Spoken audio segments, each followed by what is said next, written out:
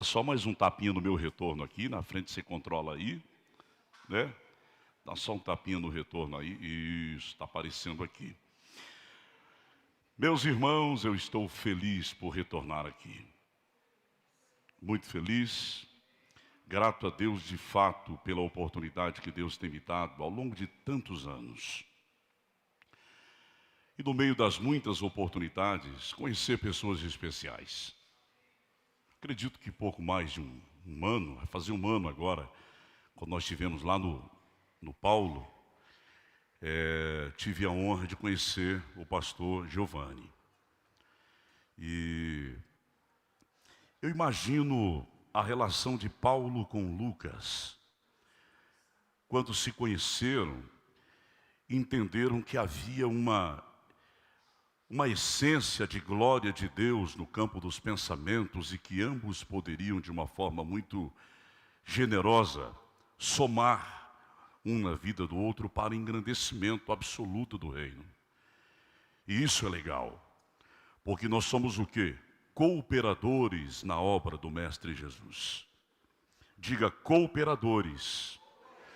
Ser cooperador na obra do Mestre Jesus é muito mais do que ser apenas um amigo, ou estreitar um relacionamento no campo interpessoal. Muito mais importante. Até porque a comunhão dos santos, dos sacerdotes, dos levitas, dos irmãos e dos pregadores fortalece a somatória da evangelização. É a aritmética profética no campo da fé. E isso é muito importante, gente. Olha para mim, o evangelho que pregamos não é um evangelho técnico, apesar da sua historicidade. Porque a Bíblia é um livro histórico, mas é um livro vivo. Aqui, a morte se transforma em vida, a tristeza em alegria, o fracasso em grandes vitórias. A Bíblia faz isso. É por isso que nós usamos a invisibilidade da fé para atrairmos o visível de Deus, a invisibilidade de Deus para o mundo visível. É o que Deus faz na tua vida, na tua história, quando te cura, quando te sara, quando restaura teu marido, tua esposa, teus filhos, quando opera na tua vida material, quando abre uma porta, te dá um CNPJ, quando te leva a lugares da terra onde você nunca imaginou estar, apenas sonhou. E Deus tem o poder de bater martelos e constituir os teus sonhos. Eu sou grato a Deus por esse momento. E é natural e é lógico que tudo isso tem uma porta de entrada. Uma coisa sempre vai, é o sinônimo da história das coisas. Às vezes uma coisa assim vai se expandindo, se enraiza e acaba criando um corpo fantástico. Das pessoas que estão aqui, tem uma que eu conheço há muito mais tempo. 1994. Diga assim comigo, 1994. Faz muito tempo. Ela não mudou muito, ela só era menorzinha. Fica em pé aí, Débora, por favor. Imagina ela em 1994. Não, vocês estão dando risada, achando engraçado, né? Viaja no tempo quase 30 anos atrás. E você vai ver a Débora, pequenininha, desse tamanhozinho, com poucos anos, no portão da casa, e a gente chegando para pregar, conheci a irmã Olinda, obrigado, e fazendo um trabalho de Deus na cidade de Mariluz, pregando a palavra de Deus, e desde lá, Deus restaurando vidas e pessoas. E uma coisa impressionante, o nosso discurso permanece o mesmo. Aqui você vê a imutabilidade de Deus, daquilo que nós acreditamos. Os anos se passaram e tive a oportunidade de conhecer o varão que Deus preparou para essa menina aí, empurrando a minha van sem bateria na porta da casa. Ele, um cara todo bonitão, todo galã, pintoso, numa Dodge Ram, né? Eu olhei para ele e falei, esse cara aí que é o candidato? Eu digo, amigão, você tem que passar no crivo, amigo. O que você quer que eu faça? Empurra meu carro que eu preciso ir embora, por favor. E aí o PC saiu empurrando o meu carro sozinho na avenida ali, onde tem a estética, né? A clínica. E, na verdade, foi um baita irmãozão que Deus me deu. Tive a oportunidade de ser bênção de Deus na vida do Paulo, e hoje é um menino que soma no campo da evangelização, um homem maduro, experiente, que olha para Deus do jeito que tem que ser olhado e interpreta as coisas de Deus do jeito que tem que ser interpretado. Sem meninice, mas com maturidade, fortalecendo as estruturas do reino de Deus em uma geração tão perversa e má. E aí o Paulo começou a fazer o trabalho de Deus, e aí está aqui o outro gigante, né? Dá uma olhada aí o tamanho do João, né? Glória a Deus pela sua vida, pela sua esposa. Estava ali sentado, vendo o João adorando a Deus. Fiquei tão feliz, porque quando eu conheci o Paulo, entendeu? Não é que o João era incrédulo, mas ele meio que corria, né? Natural, né, irmão? É. E aí eu pude observar o poder que o Espírito Santo tem de contagiar pessoas. Aonde a salvação chega e aonde a salvação vai, gente. Isso é maravilhoso. Vale a pena pregar. Olha para o teu irmão, pregue. Mais forte, diga para ele, pregue. Fale de Deus. Anuncie o Evangelho.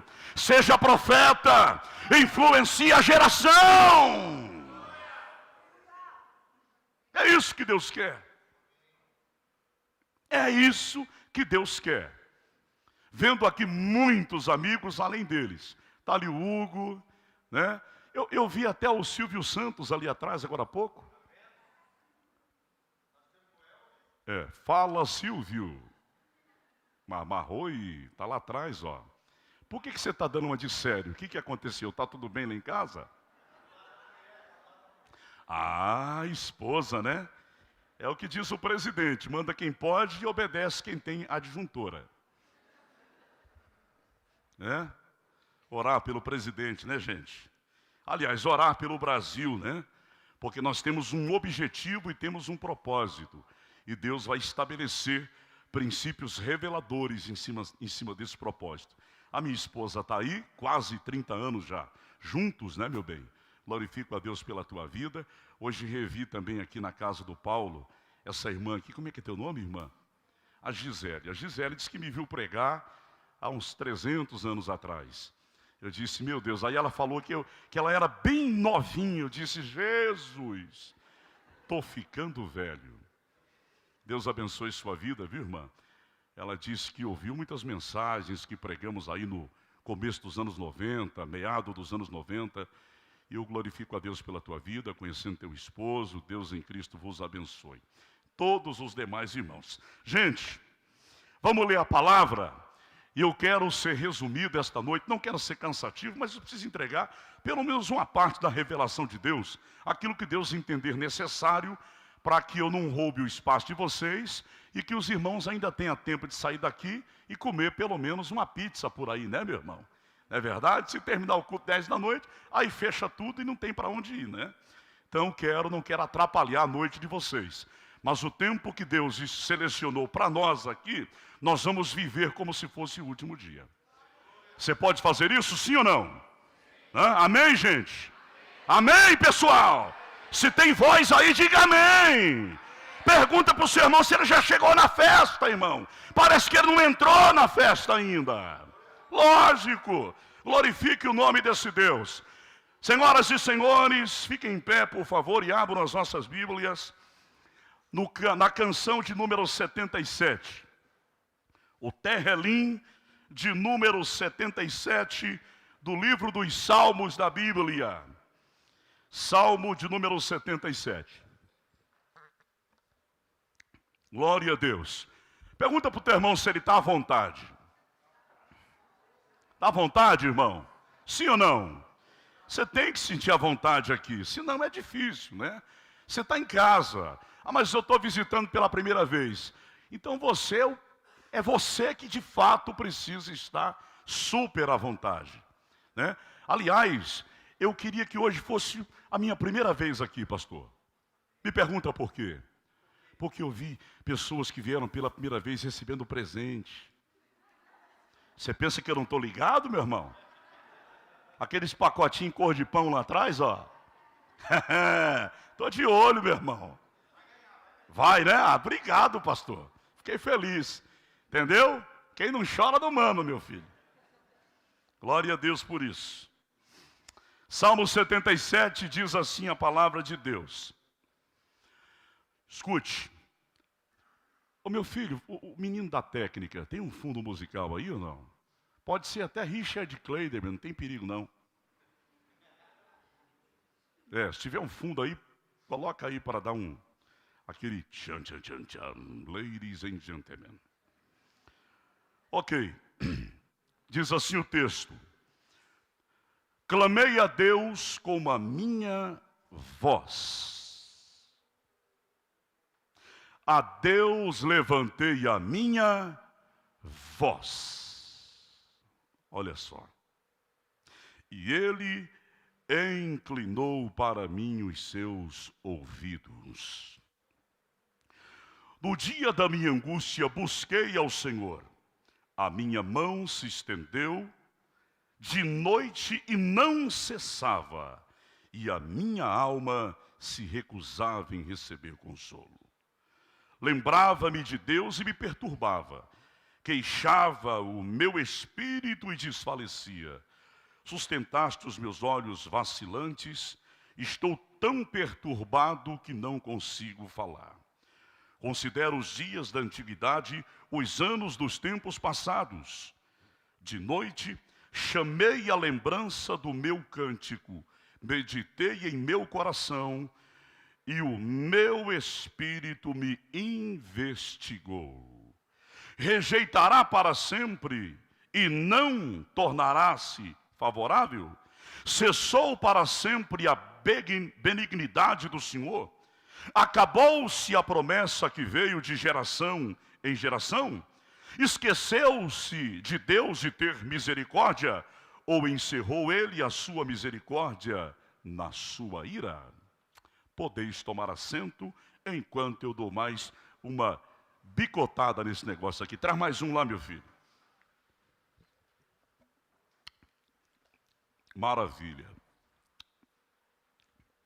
Pessoal, deixa eu só contextualizar um pouco aqui esta palavra, para a gente entender um pouco o contexto histórico desta palavra, para uma melhor aplicação e compreensão. Até porque eu tenho a responsabilidade de trazer uma palavra profética ao seu coração, né?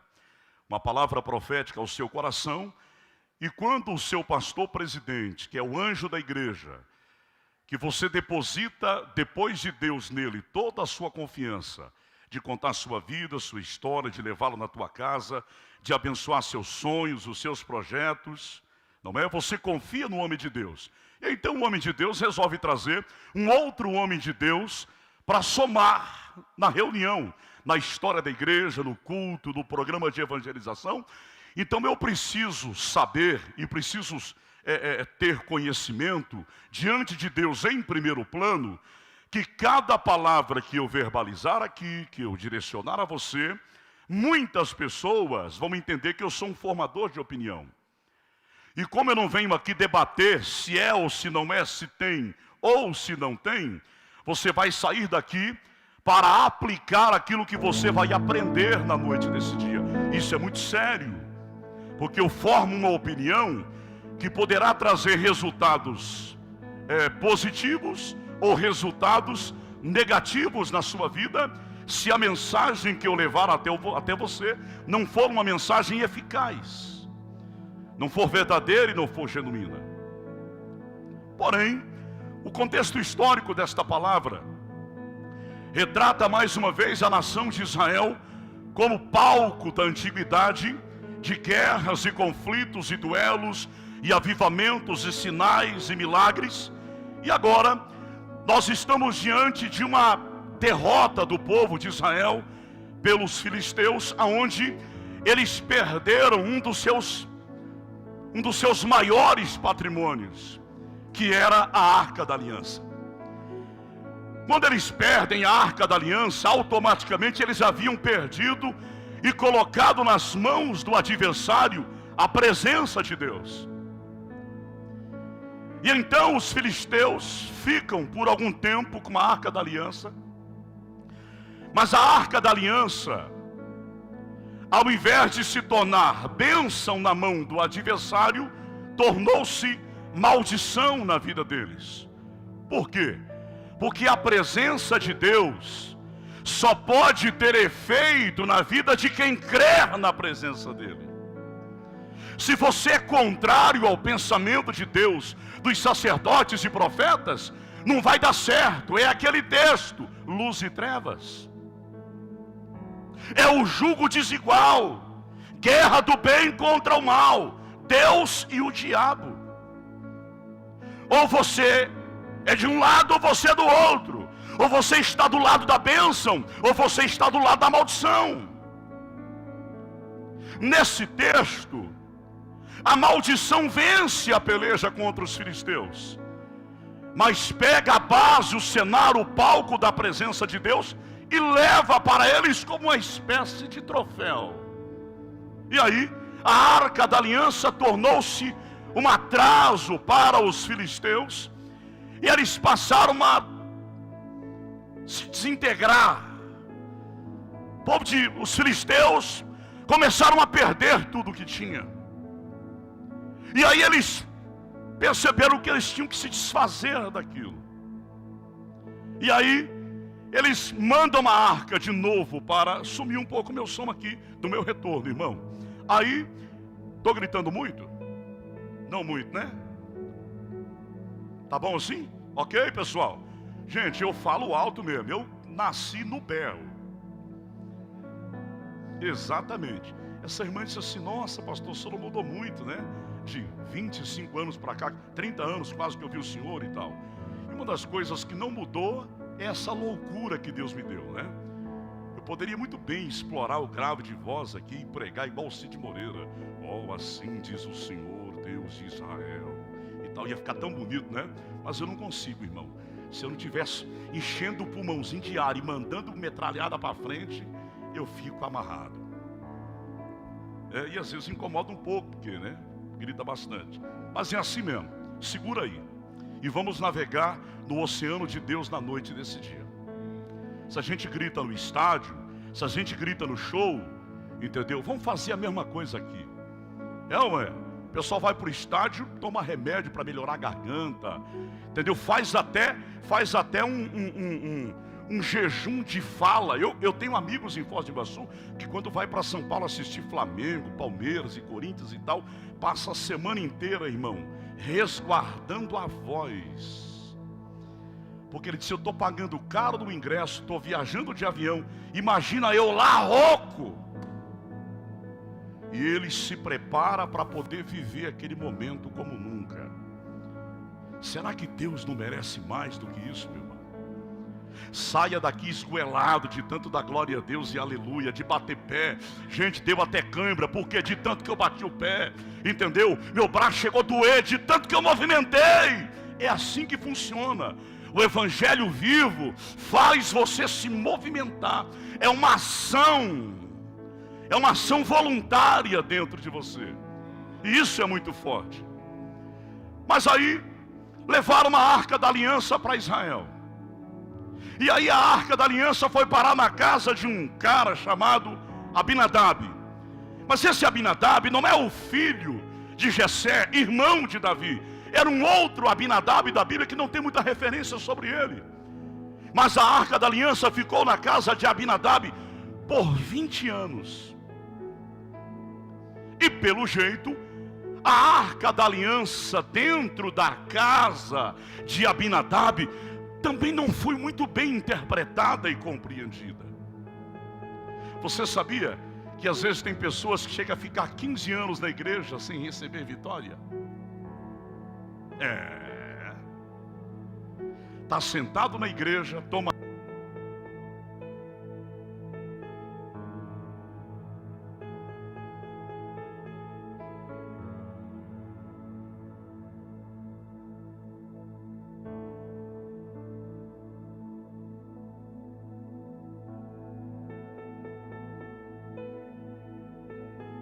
abre lá, meu irmãozinho. Aí, guerreiro, obrigado lá, o nosso sonoplasta. Tá bom assim, pastor, viu? Show. Então me escute só. Existem pessoas que estão assentados dentro da igreja. Às vezes eu conheço gente que está na igreja há 15 anos, nunca foi batizado com o Espírito Santo, nunca falou em línguas. Se quiser abrir um pouquinho mais o retorno, pode, tá, irmão? Para me ouvir aqui, esse aqui também. Alô, isso, garoto, valeu. O que isso representa? Representa que a presença de Deus está na igreja e você também está, só não está em espírito. É apenas um religioso dentro de uma igreja. Está aqui sem viver a vida que a igreja apresenta. Se identificar com a presença de Deus. Abinadab ficou 20 anos com a arca da aliança dentro de casa, sem receber sequer um minuto a presença de Deus. 20 anos. Aí, Davi faz uma festa em Jerusalém. Prepara o cenário e disse: a arca está na casa de um homem chamado Abinadab. Mandou uma carruagem real, levitas e sacerdotes, as pessoas certas para trazerem de volta a arca da aliança, que havia sido levada como troféu pelo adversário. E a arca agora está vindo da casa de Abinadab, em direção à cidade de Jerusalém. Davi havia mandado cartas para todo o mundo antigo, dizendo que a arca estava de volta. E que a festa seria tão grande e pela primeira vez, publicamente ele dançaria diante das multidões. E o mundo veio para ver Davi dançar. Carta convite para a Ásia, para a Grécia, para Roma, para o Egito, para o Cairo, para todas as regiões do mundo antigo. E é interessante que, quando a arca está saindo da casa de Abinadab, depois de algumas horas, andando e andando, a carruagem quebra na porta de um pessoal, e lá estava um tal de Obed-Edom. E quando a arca cai, ele disse: ei, essa arca é a arca da aliança? Ei, não deixa no tempo não, vai chover, vai pegar poeira, traz a arca para dentro da minha casa. Quando Obed pega a arca e leva para a casa dele, foram 3 meses até consertarem a carruagem e preparar uma nova escolta real para que a arca prosseguisse em viagem para Jerusalém. Olha a diferença entre aqueles que adentraram no santuário para ouvir a voz de Deus e aqueles que entraram no santuário apenas por entrar na igreja. Um ficou com a arca 20 anos sem receber nada. Obed-Edom recebeu a arca por 3 meses. E Deus mudou a história de toda a sua família.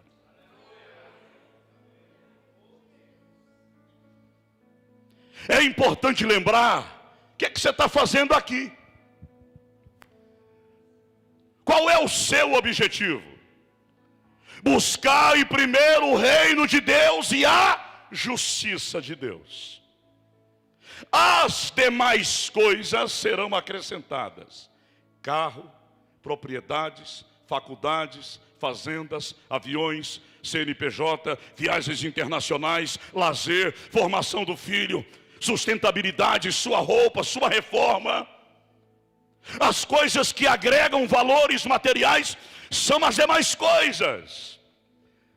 Mas a nascente para a manifestação da glória de Deus é você estar no tabernáculo de Deus dizendo: Pai, entrei aqui para te adorar.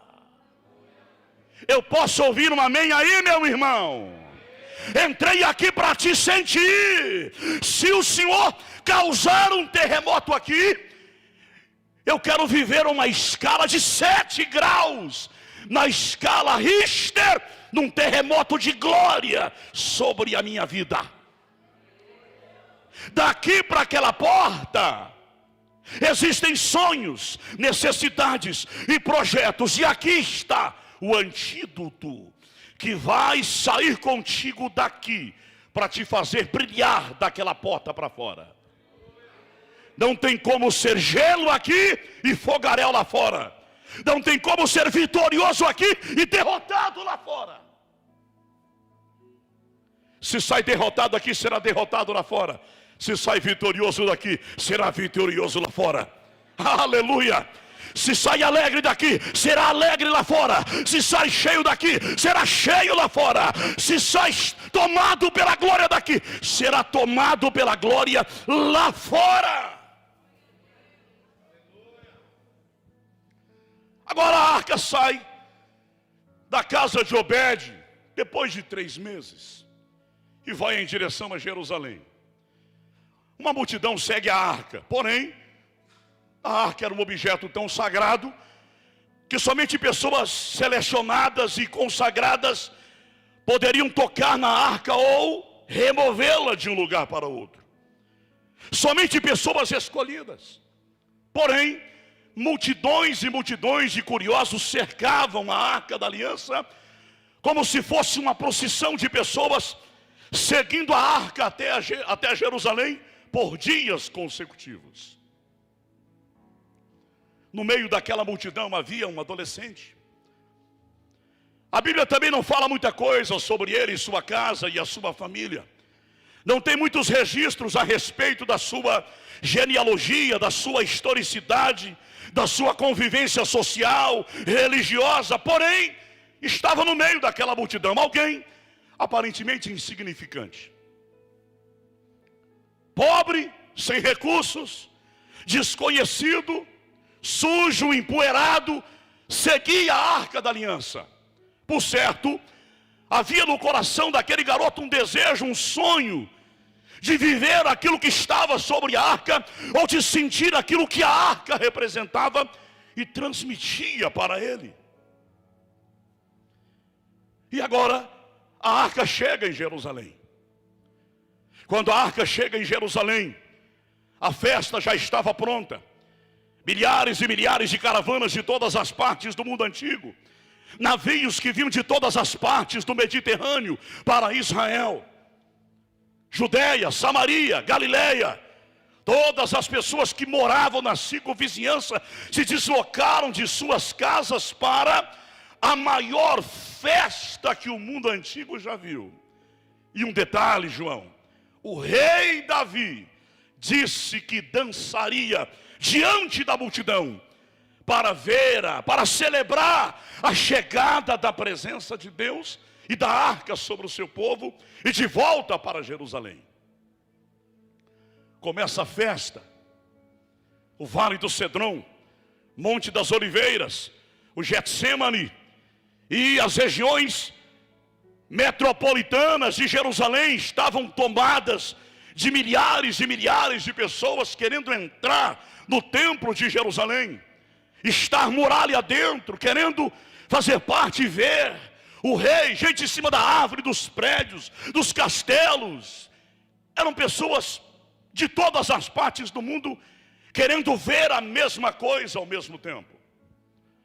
Começa a festa e o locutor entra e começa a rufar os tambores.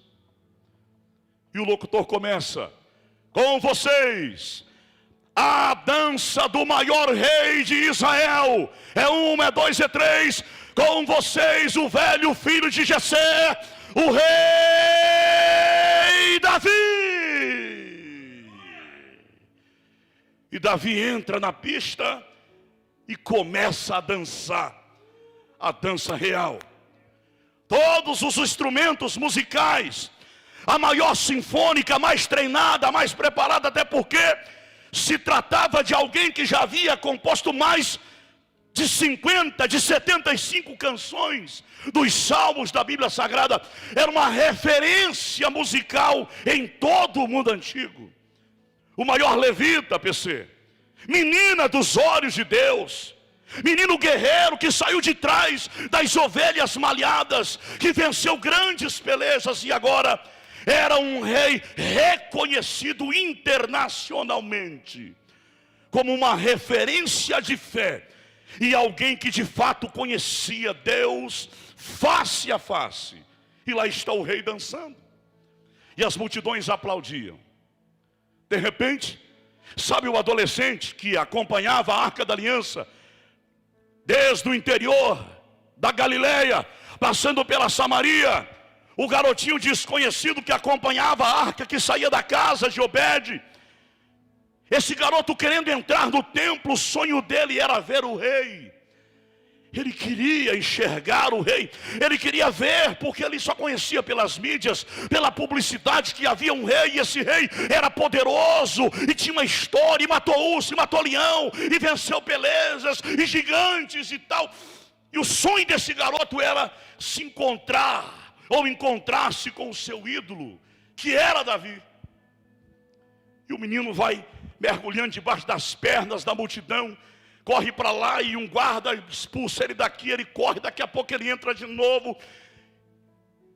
E quando eles menos esperam, o garoto rompe o cordão de isolamento, porque havia um espaço onde somente as pessoas autorizadas poderiam entrar, e era lá que estava a pista onde o rei dançava, o palco onde ele dançava, a passarela onde Davi estava desfilando. E o garoto rompe o cordão de isolamento, e todo sujo e descabelado, ele cai na pista onde o rei estava dançando. A segurança do rei parte para cima para arrancar o intruso de lá. E Davi olha para o garoto: ei, deixa ele. E Davi segura na mão do menino. Você está louco, garoto? Você está maluco? Você poderia ter se machucado. Que loucura é essa? Pensa num rei, num presidente popular. Abraçou aquele garoto, e conversa vai, e dança daqui, e dança de lá, e o menino junto, e as lágrimas caíam, e dizia: rei, que sonho do meu coração estou realizando em ver o Senhor. E o rei: o quê? Muito barulho. E de repente o rei pergunta: você está vindo de onde? Quem é teu pai? Quem é tua mãe? Enfim, ele faz a última pergunta: qual é o seu nome? O quê? O seu nome? E aí o garotinho diz: o meu nome é Asaf. O quê? Meu nome é Asaf. Asaf. Diferente o seu nome. Aí ele ouve a voz do Espírito Santo. Davi disse: nome diferente e escolhido no ventre da mãe para uma grande obra. Você vai ungí-lo agora aqui. E ele será consagrado, e desse palácio não sairá mais. Terá tão grande porção do meu espírito como você, e também será compositor de músicas, e será músico excelente neste trono. E ali nasceu o autor da canção de número 77 que nós acabamos de ler. Aqui chega a história de quem escreveu a canção de número 77, contextualizando a história só para você não se perder no caminho, na estrada da informação bíblica, para que a mensagem chegue até você de forma madura, reveladora, histórica, convincente. Mas tem uma coisa que me assusta, porque agora eu estou vendo um escolhido frustrado, depressivo, fraco, fora do palácio, distante dos olhos reais. E aqui eu aprendo uma coisa: o fato de você estar ao lado de uma pessoa grande não quer dizer que um dia você não seja pequeno. O fato de você estar ao lado de alguém forte não quer dizer que você também será sempre forte. O fato de você estar ao lado de celebridades e grandes personalidades não te isenta de viver um estado de pobreza e de miséria. Às vezes, nós depositamos a nossa confiança em pessoas, quando deveríamos depositar a nossa confiança em Deus. Eu posso falhar com você, mas o Deus que você veio adorar esta noite nunca vai falhar com você. Eu posso até te decepcionar um dia, mas o Deus que você veio adorar vai contigo até o final. Até o final, até a última consequência. E agora, eu estou diante de um homem que está fazendo uma série de perguntas. Rejeitará o Senhor para sempre e não será mais favorável? Desistiu Deus de ser piedoso? Porventura Deus não é mais o piedoso que os reis e profetas e juízes pregaram durante o período dos patriarcas, o período dos juízes, o período dos monarcas? Porventura arrependeu-se Deus de ter piedade e não está mais olhando para o seu povo com ar de misericórdia? Observamos alguém aqui que já pulou e saltou e agora está algemado e acorrentado pelos problemas da vida. Estamos diante de alguém que já esteve diante dos holofotes do seu tempo e agora está escondido e trancafiado e ninguém mais olha para ele e ele não consegue mais enxergar ninguém. Estou aqui diante de alguém vivendo nas catacumbas da vida, nos porões da história, escondido, nos mofos da vida. Estou agora diante de um homem que vive à base de Rivotril, de diazepam, de clonazepam.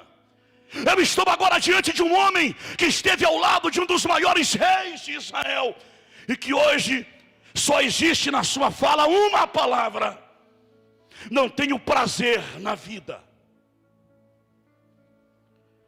Talvez a história desta noite está retratando a vida de alguém aqui, que um dia já foi dono de uma alegria, de uma esperança contagiante, e com o passar do tempo isso foi se esvaindo da sua vida. E muitos deles, quem sabe hoje, chegam até a dizer: não tenho prazer em viver. Mesmo estando na igreja, a minha vida é só sofrimento. Uma vida de derrota, sem esperança, sem alegria. Quem sabe eu estou olhando para pessoas que retratam o pessimismo do dia a dia, das 24 horas por dia. Não sei, mas o Espírito do Senhor está me dizendo. Eu estou falando com mais de uma dúzia de pessoas aqui esta noite. A minha glória está sarando pessoas aqui esta noite. Eu estou atraindo a atenção delas para a minha palavra. Oh,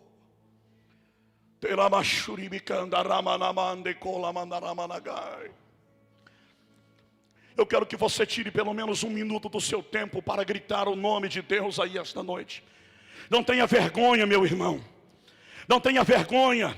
Quando Paulo foi questionado acerca da invisibilidade de Deus, quando Paulo foi questionado para dar esclarecimento que representava a cura de um cego, a restauração de um paralítico, Paulo não soube explicar, mesmo sendo erudito, mesmo sendo mestre em filosofia. Paulo não teve outra coisa a não ser dizer: gente, não tem como explicar, é loucura. Gritar o nome de Deus é loucura. Falar em línguas estranhas é loucura. Crer que daqui Deus vai mandar um anjo na tua casa para matar raízes de câncer na vida de alguém que você representa é loucura. Mas isso acontece. É loucura crer que mesmo a sua empresa lá agora de portas fechadas tem anjos do Senhor lá organizando tudo para você. Isso é loucura. Mas para que de fato isso aconteça na tua vida, você precisa entrar nesse mundo de loucura e do sobrenatural, irmão. Olha para o teu irmão, diga: ser técnico não vai virar. Não adianta, a formalidade só vai roubar a tua bênção. A formalidade só vai roubar a presença de Deus na tua vida. Essa semana passada uma irmã saiu do meio do culto e foi entregar revelações, e depois veio pedir perdão para mim. Eu disse: a senhora está pedindo perdão do quê? Porque eu saí e quebrei protocolo. Eu digo: você quebrou um protocolo? Que protocolo você quebrou? Não, é que eu nunca fiz isso, pastor, foi a primeira vez. Mas quando eu vi aquela mulher chegando na igreja, Deus começou a mostrar a vida dela para mim. Eu fui lá e a abracei, e no momento em que eu abracei, ela sentiu a cura e o milagre. Eu disse: ei, quero que Deus levante pelo menos 100 mulheres assim por culto na nossa igreja. Conhece mais alguma dessas? Traz para cá. O reino não é meu, o reino é de Deus. E é um reino que precisa de servos fiéis e que enxergue Deus do jeito que Ele é. Você tem 30 segundos para você gritar o nome de Deus aí, por favor, fique em pé por 30 segundos. Só para dar glória. Já nós vamos continuar com a palavra, eu já vou... Já são 9h30. Tá certo o horário, pastor? Ó, se eu falar para você que eu preguei já, eu vou estar mentindo, porque a mensagem vai começar daqui a pouco. Mas como o horário já está avançado, você vai ter que voltar aqui para ouvir isso aqui amanhã. Porque é forte e revelador. Eu não entrei no texto ainda. Agora vem cá. Você pode abrir a sua boca aí agora e dizer o quanto você ama Jesus? Hein, irmão?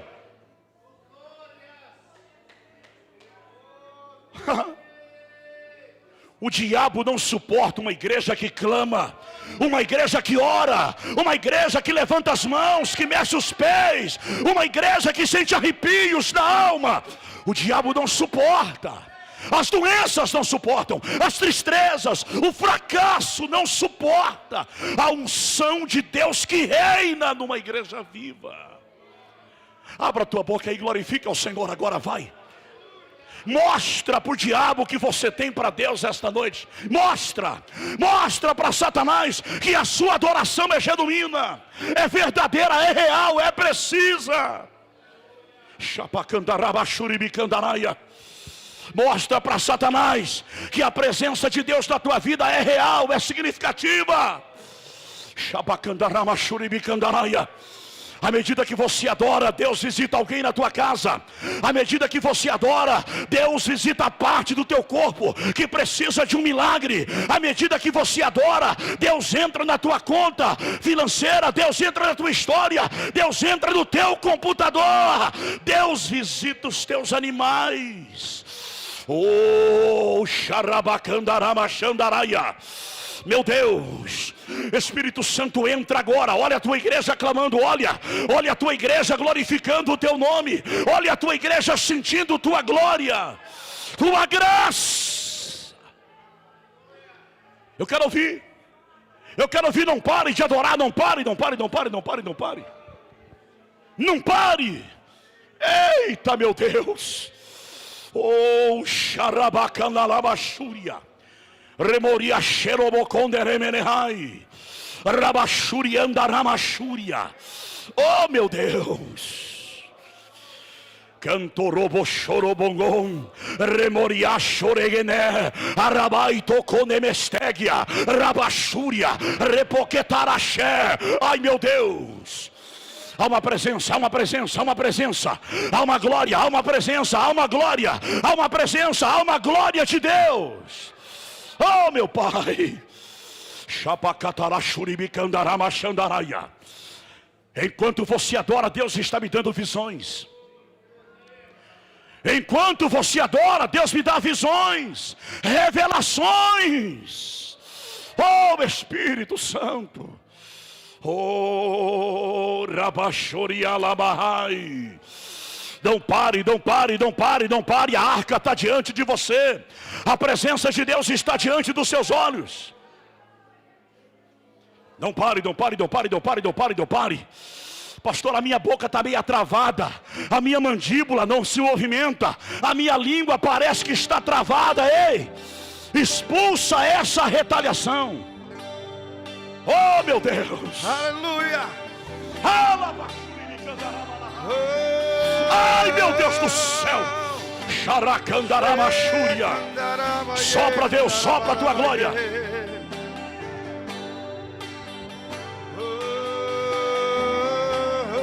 Grita o nome do teu Pai aí. Grita o nome do teu Deus aí. Grita ele, grita, grita, grita, grita. Oh.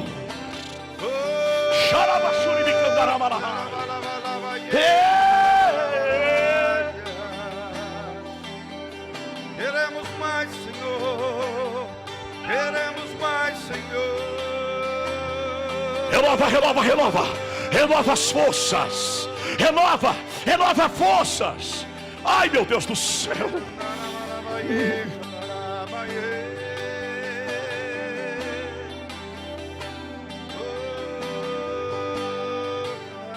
Enquanto o pastor Gil dedilha o violão, o Espírito do Senhor falou comigo agora.